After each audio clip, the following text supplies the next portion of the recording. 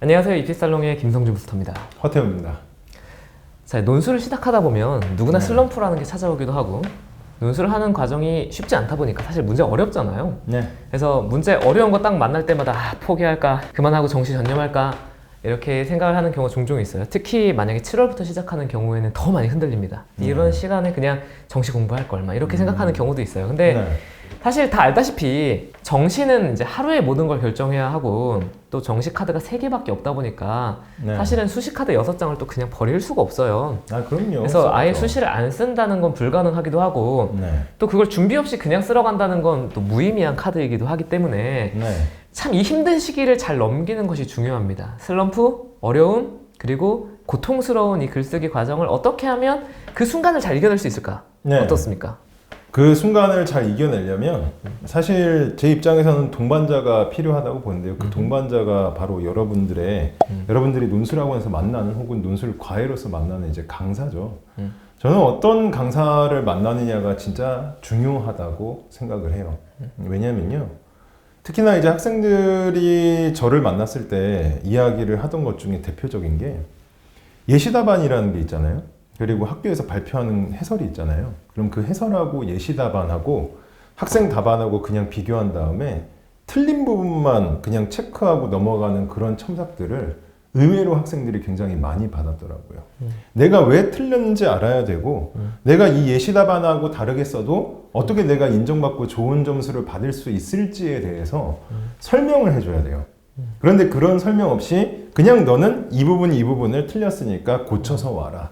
이런 식의 이제 첨삭에 머무는 경우는 여러분들의 실력이 향상될 수 없고요. 사실상 여러분이 그냥 해설과 예시답안을 가지고 공부하면 되는 거죠. 예, 그리고 또 어떤 케이스가 있냐면 여러분들이 공부하면서 단순히 그냥 논제만 궁금한 게 아니라 내가 입시 과정에서 지금 내가 어떤 점들이 힘들고 특히 논술 가운데에서 내가 고민이 굉장히 많을 거예요. 어떤 학교 지원할 거고 또 내가 이 논제가 너무 막혀가지고 아예 못 쓰겠고 또 이 논제의 제시문의 어떤 부분이 이해가 안 되고 그냥 여러분들의 궁금증은 강의실 안에서 끝나지가 않기 때문에 결국엔 강사분들에게 질문을 하게 되는데 그런 질문들을 소화할 수 있고 여러분들의 고민을 들어줄 수 있는 강사를 만나야 됩니다. 한마디로 강사와 유대관계가 형성이 돼서 내가 언제든지 믿고 의지할 수 있는 그런 분이 되어야 돼요. 그래서 여러분들을 위해서 헌신하는, 여러분들을 항상 신경 써주는, 여러분들을 위해서 자료를 제작하고 여러분들을 위해서 시간을 많이 보내는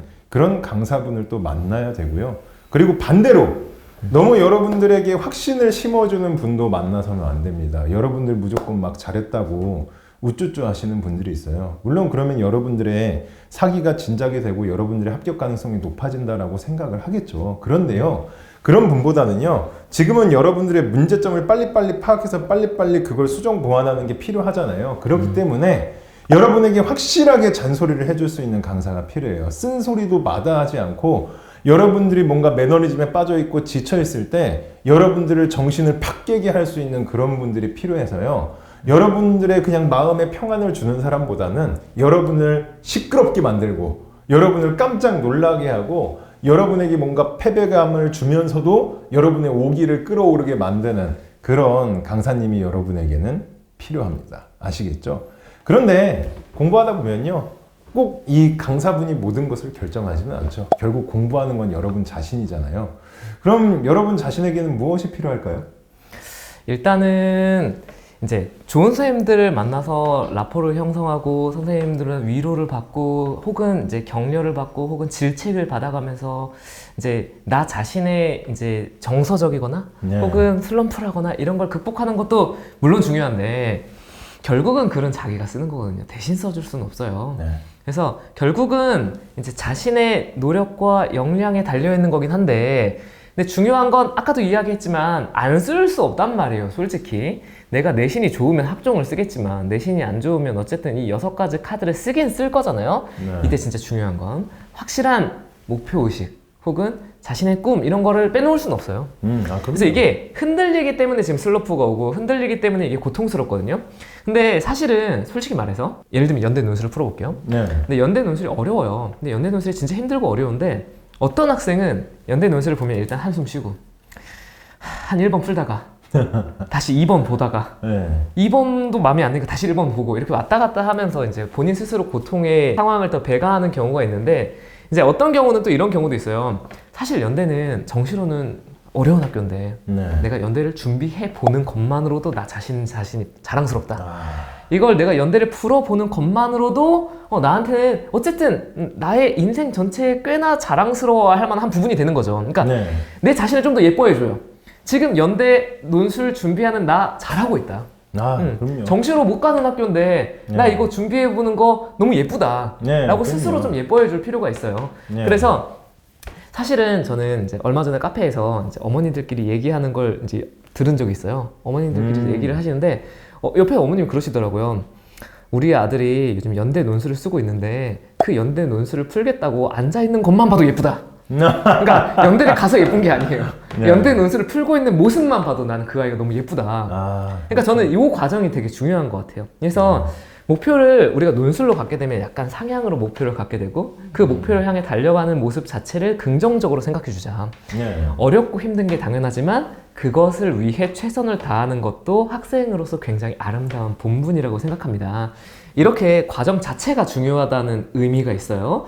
그래서 예를 들면 상대적으로 유형이 간단하고 쉬운 학교만을 골라서 시험 보겠다라는 경우도 있습니다.